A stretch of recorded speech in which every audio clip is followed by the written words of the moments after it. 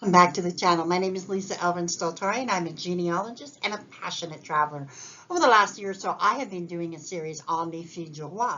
I am now embarking on a series called Les Filles Mariées, the marriageable girls, and they came before. There's about 260 or 70 of them, much less in number, but very important in terms of impact. Today we're featuring episode number 5. So before we begin, let me show you ways that you can support the channel. Subscribe, like, and notify are ways in which you can support the channel and stay in the know. And then I do have 3 other methods that if you're so inclined. We have Ko-fi, we have Etsy, and we have Patreon, all of which are ways to help support the channel. So without further ado, let's get started on Les Filles Mariées.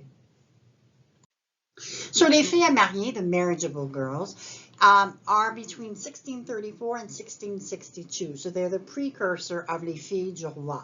It was not an organized program. It was 1 or 2 or 3 girls at a time. From 1634 to 1644, there might have been 10 girls. A lot of the girls came in the 1650s.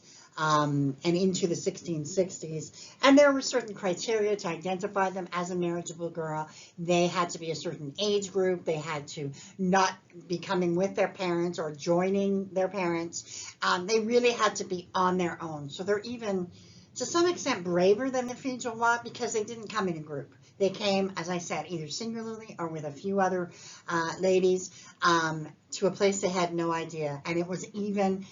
If the Quebec of the New France of 1665 was, very foreign, you can imagine the Quebec of 1645 and 1655, what that was like. So their courage is unbelievable to have embarked on this journey. So let's get to know our filles mariées for this episode. So episode 5, we are featuring Jacqueline FRESSON, and she is a viewer request, but of course, I looked in my files, and just lo and behold, she is my great-grandmother. She's also the boy next door's great-grandmother, and one of my dear friends growing up, and also into my early teens and early adulthood. And we share a birthday, very close birthdays, so she'll know who she is. But these are all, this Jacqueline is our shared great-grandmother. So let's get to know her a little bit better. So Jacqueline was born in 1637 in the city of Angers in France. Her parents were René Fresson and René Armange. I love when those names are, you can see clearly the male and female versions of that name. She was born in the region of Pays de la Loire, and her département or county is Maine-et-Loire.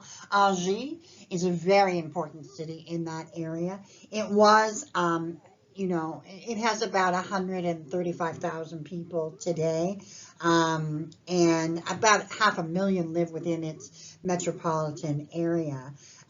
It was, to some extent, a part of when we talk about the Plantagenet and the Protestant Revolution, it was a very important stronghold. So you're going to see, when you study this region, if this is your area, you're going to see a lot more of the Protestant and the Huguenot revolution as part of this. And so obviously there was a lot of conflict and a lot of drama associated with this. And today, it's actually very specialized in, farming and agriculture and that sort of thing. The church that she would have been baptized is the Église Sainte-Trinité. And here you can see the downtown core of it, one part of Angers. So you can see it's a classical, middle-age kind of, city. Despite being very, very modern, it retains its tribute to the past. So this is definitely an area I would like to visit. So sometime in 1662, Jacqueline came to New France. We don't know any other information. We don't know if her parents had passed. And all we know is that she bravely sailed the sea to come to New France and build her future. So the groom that she selected and who selected her, his name was François Garnier de Pellerin, and he was born in 1638 in Saint-Cosme-en-Varay in France. His parents were François Garnier and Antoinette Boulet. So he was part of the Pays de la Loire, so they're both from the same region. And he was, however, from the region of Sarthe, just up from where she was born.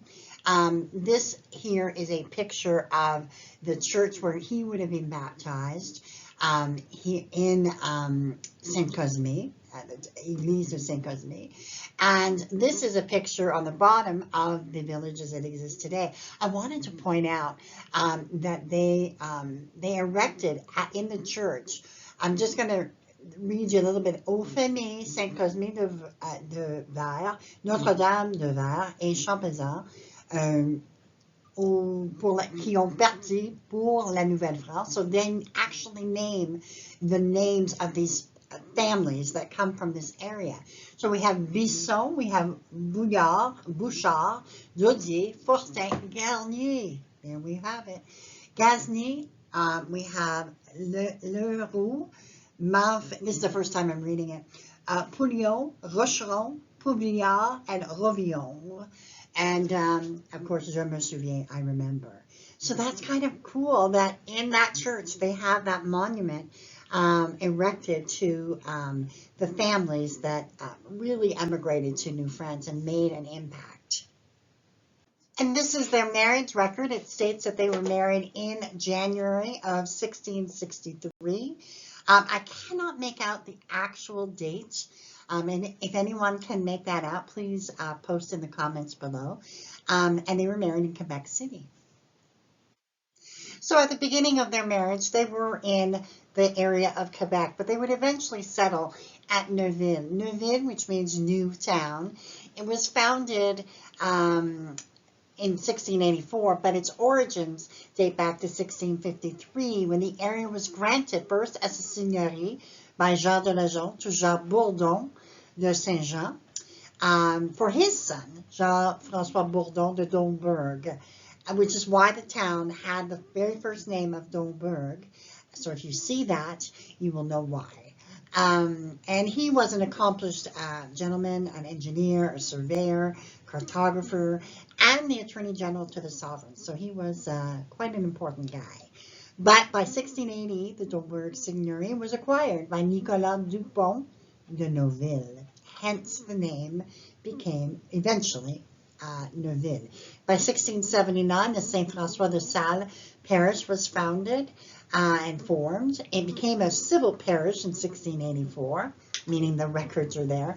The place was also known as Pointe-aux-Trembles, and one of the reasons being that the church was built on land that was originally covered with aspen and birch, and that is important to note only because there is a Pointe-aux-Trembles in Quebec, in Montreal actually, and this is not the same one. This is Pointe-aux-Trembles in Neuville, and this is what they would have called the church. Now this census that I have here is from 1666. There is none for 1667. This is when they were still living in Quebec City. And so we see the very beginnings of their family. We see their first son.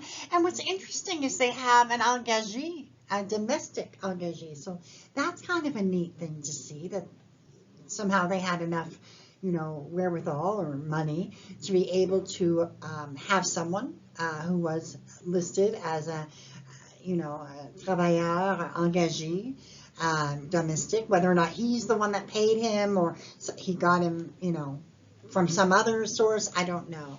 But that's just interesting. I don't often see that. And if you see the name habitant, that means farmer. Just wanted to make that clear. And the church that you see on the left is, of course, the church. It has undergone many, many renovations. And this picture of Neuville is actually a picture taken from the island of Orleans, so you can see what it looks like. Just amazing, very picturesque. I believe it's on the list of the most beautiful towns in Quebec. If not, it should be. I'll be hopefully going there this summer. So they would go on to have 8 children. Isaac Joseph would marry Marie Hood and have 12 children, 11 of whom would make it. He then would marry Marie Angélique Mat and have 2 children, both of whom would make it. Then we have Jeanne, who would pass away in infancy. Their third child, Marie Etiennette, would marry Guillaume Cartier and have 5 children, all of whom would make it. Françoise would marry Michel de Surcy and have 10 children, 7 of whom would make it. We have Geneviève, who would marry Étienne Papillon and have 5 children, 4 of whom would make it. Étienne would marry Françoise Bergeron and have 13 children, 8 of whom would make it. That is my line that I descend from the Bergeron. Louise Angélique would marry Joseph Hood, the sister of Isaac Joseph's wife, and they would have 2 children, both of whom would make it. Marie Angélique would marry Noël Pelletier and have 3 children, all of whom would make it. Then I wanted to show you the little snippet of the 1681 census, where we see François, Jacqueline, then their children, Joseph, Marie, François, Geneviève, Étienne, Louise, Angélique. All of them are living at home. They have 2 guns. They have 7 goats, 7 bêtes à cornes, that's what that means, and 15 arpents valeur. So that's about 12 to 13 acres of land.